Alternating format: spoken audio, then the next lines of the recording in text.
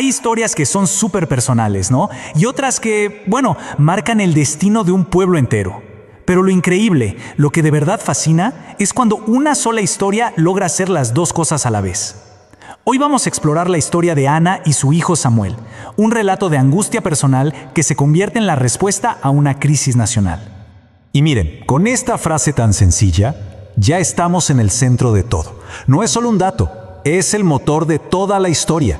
Una mujer consumida por una tristeza profundísima, a punto de hacer una oración que lo cambiaría absolutamente todo.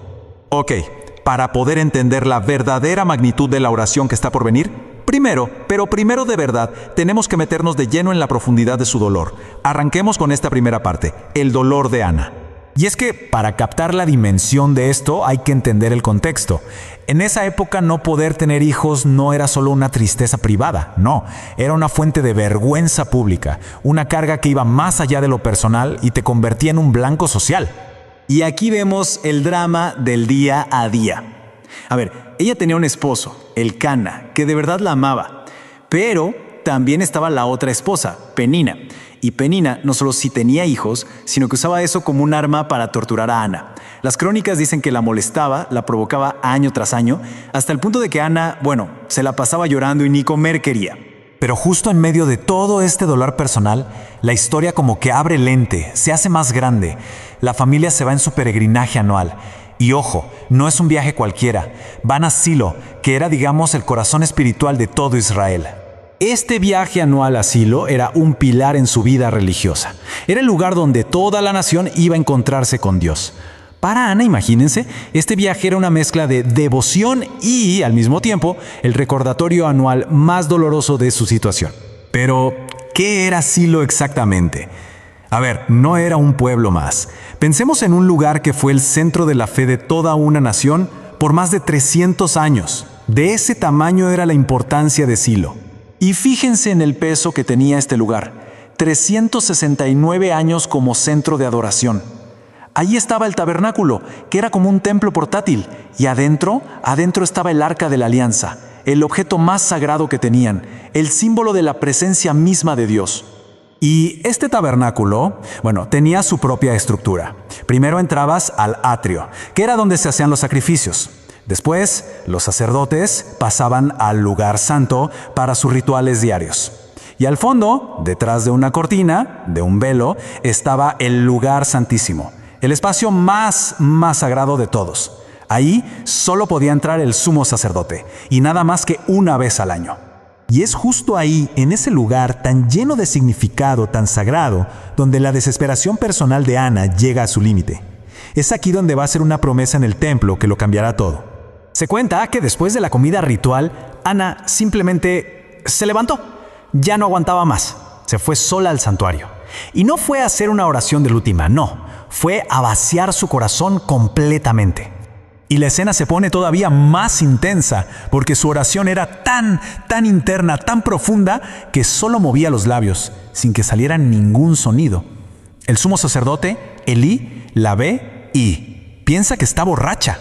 Imagínense, la acusa de estar ebria, lo que nos da una idea de la agonía y la pasión con la que estaba orando. Después de aclararle a Elí que no estaba borracha, sino que su alma estaba llena de amargura, Ana hace un voto. Y esto nos lleva a pensar, ¿qué es lo que una persona puede llegar a prometer cuando desea algo con esa desesperación? Y esta es la respuesta, es impresionante. No pide un hijo para ella, no para callar a Penina, ni para quitarse la vergüenza de encima. No, pide un hijo para devolverlo. Le promete a Dios que si le da un varón, ella se lo va a entregar de vuelta, para que le sirva ahí mismo en el tabernáculo toda su vida. Una promesa de verdad radical. Y con esa promesa, todo cambia. No solo el destino de Ana, sino el de toda la nación. Aquí es donde entramos en la historia de Samuel, el niño prometido, la respuesta de Dios a esa oración desesperada. Y la respuesta llega. Ana queda embarazada. Y el nombre que le pone a su hijo es un recordatorio constante de todo esto, Samuel, que se puede traducir como pedido a Dios o Dios escuchado. Y esto es clave. Ana cumple su palabra. En cuanto el niño ya no necesitaba ser amamantado, lo lleva de regreso a Silo y se lo entrega a Elí, sí, al mismo sacerdote que había pensado que estaba borracha. Cumplió con su parte del trato. Ok, pero ¿por qué era tan importante este niño? ¿Por qué tanto énfasis? Bueno, porque en ese momento el liderazgo espiritual de Israel estaba en una crisis profunda. Los propios hijos del sumo sacerdote Elí eran corruptos, se robaban las ofrendas. La palabra de Dios casi no se escuchaba, y en medio de toda esa decadencia aparece Samuel, un niño entregado por completo al servicio de Dios desde pequeño. Él era la respuesta que se necesitaba. Y uno pensaría que la historia podría terminar aquí, ¿no? Promesa hecha, promesa cumplida. Pero no. Después de entregar a su hijo, Ana vuelve a orar. Y esta segunda oración no es un ruego, es un canto, el cántico de Ana, que termina siendo tan profético e importante como su primera oración. Es que ya no es la oración de una mujer con el corazón roto. Es una explosión de alegría, es un canto de alabanza que, además, resulta ser una de las piezas poéticas y teológicas más profundas de la época. El tema principal de su canto es una idea que podríamos llamar la gran inversión. Es fascinante. Ana declara que Dios le da la vuelta a las estructuras de poder del mundo.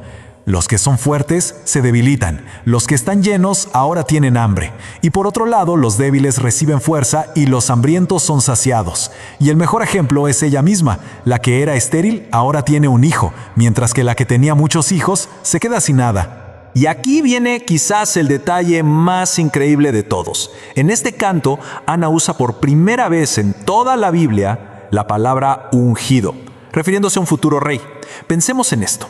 Israel todavía no tenía reyes, y esta mujer, celebrando el nacimiento de su hijo, está profetizando sobre un rey elegido por Dios y, en una escala mucho más grande, sobre el Mesías. Y para cerrar el capítulo de su historia personal, vemos que la bendición de Dios no se detuvo ahí. Después de entregar a su único hijo, aquel que tanto había anhelado, fue bendecida con 5 hijos más, 3 hijos y 2 hijas. Un testimonio increíble de cómo su fe y su sacrificio fueron recompensados con creces.